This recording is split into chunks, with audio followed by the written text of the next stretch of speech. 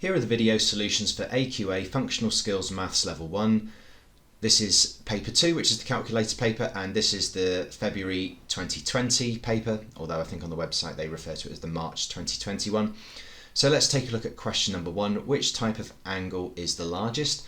Okay, well, a right angle is 90 degrees, an acute angle is less than 90 degrees, an obtuse angle is between 90 and 180, and a reflex angle is greater than 180 degrees.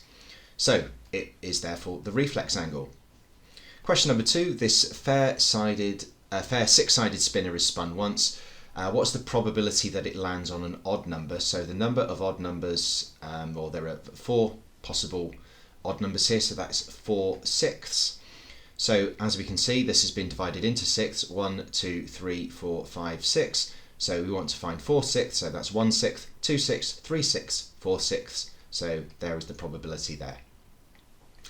Right, in digits, 124,650. So we need to remember that the 1,000 is replaced with a comma, and now it's just a question of writing 124 and then 650. There we go. You don't have to put the comma in, but I find putting the commas in helps read numbers or write numbers in words. So space or a comma, but definitely not a dot there, a full stop. So 124,650, 124,650. Okay, number 4. So we just need to imagine what we've got here. So what we've got a base which is a rectangle which is 4 by 8. So there we go. So 4 by 8. Now if I fold this triangle outwards, and there's another one at this side here, I'm going to have a triangular top and bottom, and we just know that this is 6 and we know that this is 6. We don't need to worry about the length of this side here, the hypotenuse of this right angled triangle. If it's half of it, we don't need to worry about the side length. And if we fold out this this sloped side and the one on the other side here, I'm going to have another rectangle on this side here and another rectangle on this side here. Now these rectangles should be the same size. Mine's not the best. Now this side length here is the same length as this side here, so we could work it out, but I think that's beyond the skill set that we need for this particular exam. However, we do know that it's 8. Well, of course it's 8 because this side length is 8, so this is also 8. There we go. So rectangle, rectangle, rectangle, triangle on the top, triangle on the bottom. But I think it's important to make sure that this triangle here and this triangle here are the same, but also bigger than the base here. Okay, question number 5. Round 7.8652 to 2 decimal places. That means we're interested in the value of the 3rd decimal place. The 4th decimal place is of no interest. This number is a 5, so that means the column to the left will move up by 1. So this 6 will become a 7, so 7.87.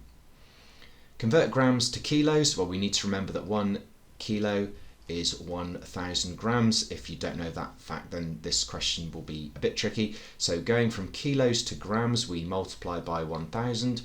So if we're going in the opposite direction, we are dividing by 1,000. 1,200 divided by 1,000, well, that is simply 1.2 kilos.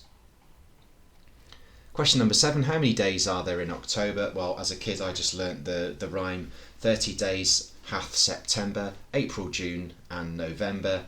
All the rest have 31, etc. So 30 days hath September, April, June and November. So October is not one of the ones that has 30, so it must have 31. Increase 250 by 30%. Okay, so we need to think about our multiplier. Well, there's a couple of ways we could do this. Probably the easiest way actually is using a mental technique. Well, we know that 10% is 250 divided by 10, so 25. So 30% is going to be 3 times by 25, which is 75. Add 75 to 250, 250 plus 75, we get 325. Alternatively, you might want to do think about your multiplier for 30%, 0.3 times by 250 is 75, and then add it on. Or if you're really good with your percentage multipliers, if you know that 0.3 is the multiplier to work out 30% of an amount, if you're increasing by 30%, you just add 1 to this multiplier, so it's 1.3 times 250, and that will take you directly to the 325. Okay, so on to section B and question number 9. One day Megan starts teaching her dance classes at 5:30. She teaches 2 classes, each lasting 45, so let's double that. That is going to be 90 minutes. Then a 30-minute class, a 10-minute break between classes, and 25 minutes to tidy up and lock up. Right, so let's add these together. So we've got 2 times 45, which is 90, plus 30, plus a 10-minute break between classes. So she's got 1, 2, 3 classes, so there's 2 breaks there, so that is plus 20 minutes, and then 25 minutes at the end. So the total number of minutes is 165 minutes. Now 165 minutes, that is 2 hours. 2 hours is 120, so there's another 45 minutes left over. Okay, so what I'm going to do is I'm going to add to 5:30 p.m. 2 hours and 45 minutes. I'll add the 2 hours first, so that is 7:30 p.m. plus 45 minutes, and if I add 45 minutes onto 7:30, that will take me to 8:15 p.m. Now I just need to add on the 12-minute walk, so 8:15 p.m. plus 12 minutes, well 12 minutes later will take me to 8:27 p.m. Does she get to the restaurant by 8:30? Yes. 8:27 is earlier than 8:30. Seems a bit obvious to write that, but I might as well write it just to make sure there's no doubt. There we go, and we're done. So question B, what I'm going to do is work out the area of the floor space. So that's going to be the 2 dimensions multiplied together. So 13.8 multiplied by 7.1, and that is 97.98 square meters. So if a dancer needs 4 square meters, well, how many 4s are there in 97.98? Well, 97.98 divided by 4 is 24.495 dancers. Obviously, a dancer has to be a whole number, so we can't have a 0.495, so we'll round that down to 24 dancers. Okay, part C. So for G-tone, it's 1/3 off. So what is 1/3 of 129? A third of 129 is 43. So this is the discount, £129, take away 43, that is £86. For Oma's Music Store, it's 25% off. Now, if you know that 25% is a quarter, then this makes this a similar calculation to the one we've done for G-tone. So we want 1/4 of 112. So that's 112 divided by 4. 112 divided by 4 is £28. So that is the discount. 112 take away 28. That is £84. So we're comparing 84 and 86. So Oma's Music Store is cheaper. So there we go, Oma's Music Store. Alternatively, what you could have done is worked out 25%, so the calculation for that would have been 0.25, the percentage multiplier for 25% times 112. That would still have been £28, which we would have then subtracted. Or another way of doing it is, if it's 25% off, that means you pay 75%. So what is 75% of 112? The calculation there is 0.75 times by 112, and that will take us directly to that answer of 84. So a few options there. Whichever one makes the most sense to you is the one that you should do. Either way, you should get 86 and 84, which shows that Oma's is cheaper. Okay, so question number 10. We know that the ratio of staff to climbers, let's just write this down, the ratio of staff to climbers is 1:7. So if we've got 6 members of staff, we've multiplied the ratio by 6, so we can have 6 times as many climbers, so we could have 42. We've only got 23, so what is the difference? 42 take away 23 is 19, so we could have 19 more climbers. Okay, question B. This is a bit of an annoying, well, I find them quite annoying just having to draw these graphs. So the difficulty here is the fact that we've got days of the week, so I'd put that on the horizontally, but we've got two categories, adults and children. So what I'm going to do is I am going to do a dual, sorry, that's supposed to say dual, a dual bar chart. Okay, so what that means, for instead of having one bar for Monday, I'm going to have two bars side by side. Now, what is the maximum value we're going up to? The maximum value is 23. So how many squares do I have? 1, 2, 3, 4, 5, 6, 7, 8, 9, 10. I've lost count now that I've... right, let's try again. 1, 2, 3, 4, 5, 6, 7, 8, 9, 10, 11, 12, 13. So if I'm going up to 24, I'll go up in 2. So 0, 2, 4, 6, 8, 10, 12, 14, 16, 18, 20, 22, 24, and I'll chuck in the 26. Okay, so this is number of climbers, so I should label this as number of climbers, a bit lacking in space there. Okay, so for the Monday it's 18 and 23, so there's 18 and there is 23 halfway between 22 and 24. So this is what I mean by a dual bar chart. I'm just sandwiching these two bars side by side. So I'm going to make a note that it's adults is 18, so I'm going to put just A and C, and this is Monday. Okay, so these two bits here will be Tuesday for A and C, Wednesday, Thursday, Friday. Probably should just double check that I had enough space to do that, by the way. So Wednesday, Thursday, Friday, adults, children, adults, children, adults, children. So let's take a look for Tuesday. It was 15 and 21. So we're going up to 15, which is there, and 21, which is there. Again, oops, should definitely use a pencil and ruler so that you don't have a scruffy looking bar chart like mine. 12 and 22, there's 12, there's 22. I'm just going to put in the maximum heights and I'll do the rest in a minute. So 21 and 23, so 21 is there, 23 is there, 18 and 20, there we go, 18 and 20. Okay, so now just finish off these bars. Again, as I mentioned, definitely use a pencil and ruler, and I've also been a bit sloppy with the values that are exactly halfway between 20 and 22. I would probably take a bit more care with that as well.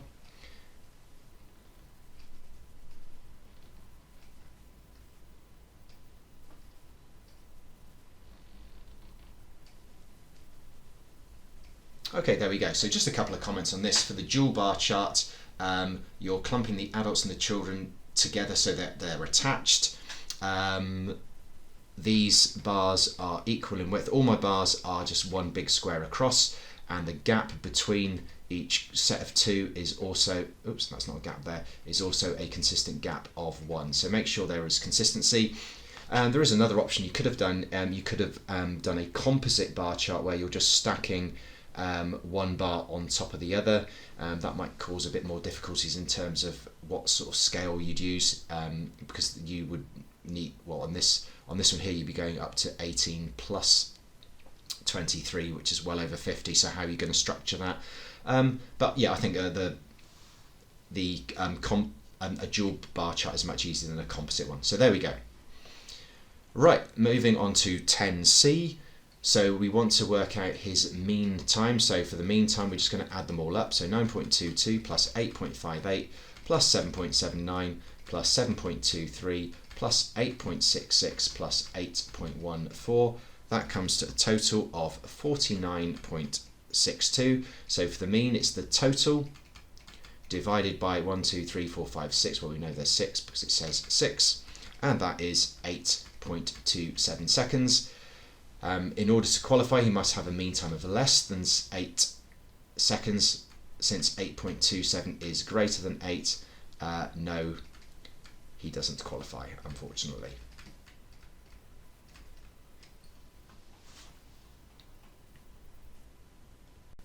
Okay, so for this question we just need to calculate how much Fred's going to spend and separately how much Beth is going to spend, and then just do a comparison.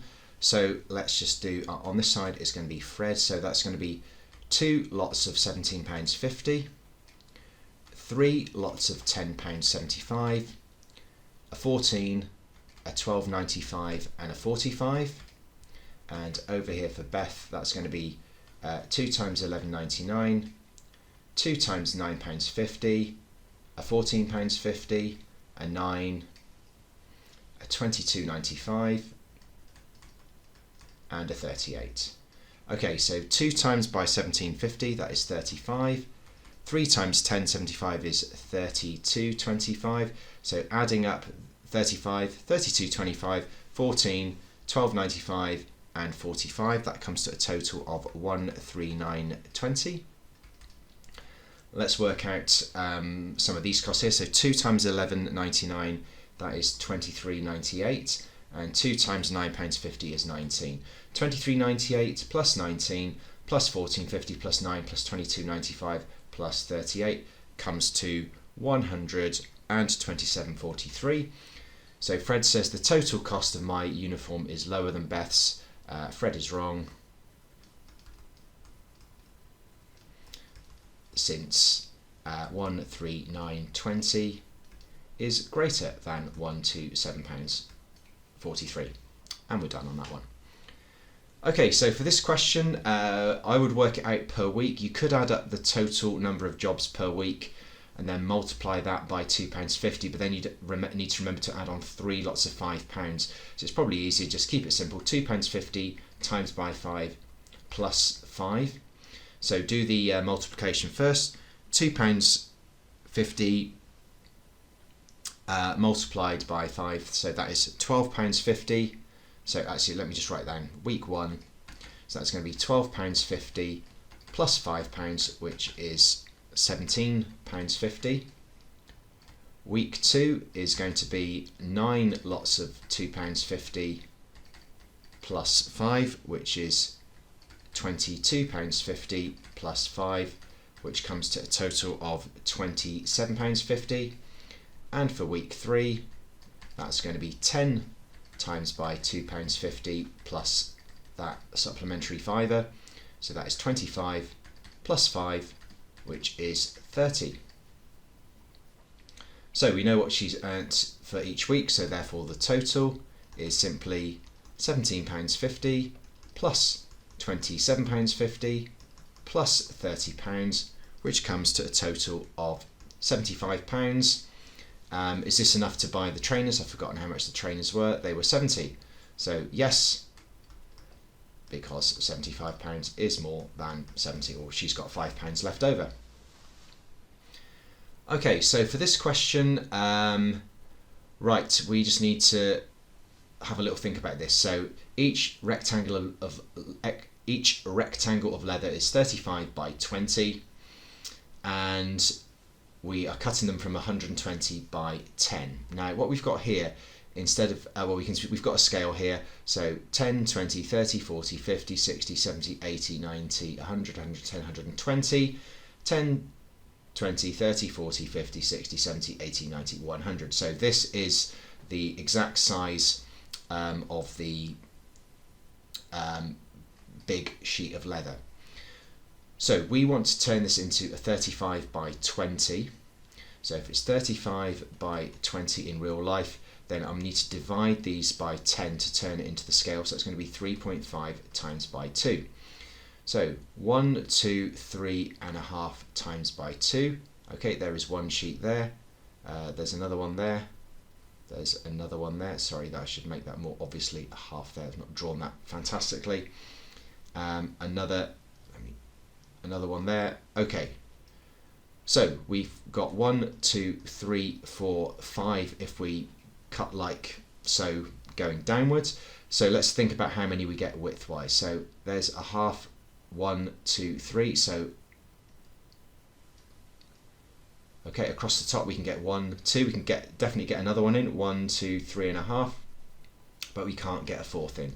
So we could just continue drawing as many rectangles as you want, but it's 5 times by 3, so we can get 15 in total per sheet. So 15 watts per sheet is it? So it's 15 rectangles. So we can get 15 rectangular sheets per big sheet. I'll just say 15 rectangles per sheet. So if we've got 4 sheets of leather, then we're going to have 4 times by 15, which will give me enough for 16 handbags worth. So John says I need 4 sheets of leather to make 50. He is correct. Let me just double check. What about if you had 3 sheets? Well, 3 times 15 would be 45. So 3 sheets would not be enough. 4 sheets is enough. So yes, John is correct. Okay, so for part B, each chain handle is 75 centimeters long, and he needs enough chain for 50 handbags. So he needs 75 centimeters multiplied by 50, and 75 times by 50, that is 3,750 centimeters. Now, a roll of chain is 6 meters, or 600 centimeters. So 5 times by 6 meters, that is 30 meters. 30 meters is 30 times 100, which is 3,000 centimeters. Okay, so 5 rolls is going to be 3,000 centimeters. 6 rolls is going to be adding on another, remember that 6 meters is 600 centimeters. So 6 rolls would be 3,600 centimeters, not enough.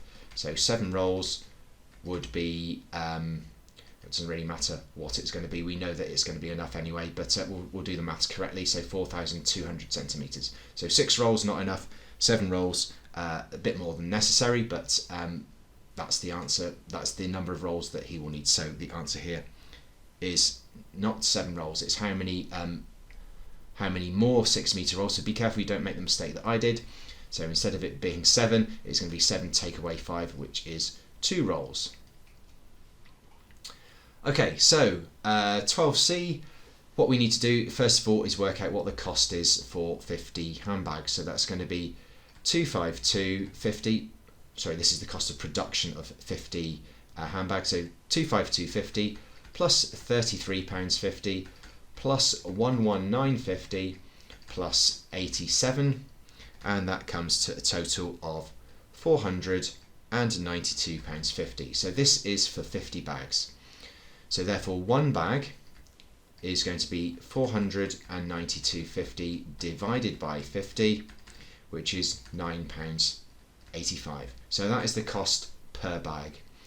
Now he wants to make £3.50 profit per bag, so all we need to do is simply add the £3.50 onto the £9.85, so £9.85 plus £3.50, and that comes to a total of £13.35. And that takes us to the end of this test.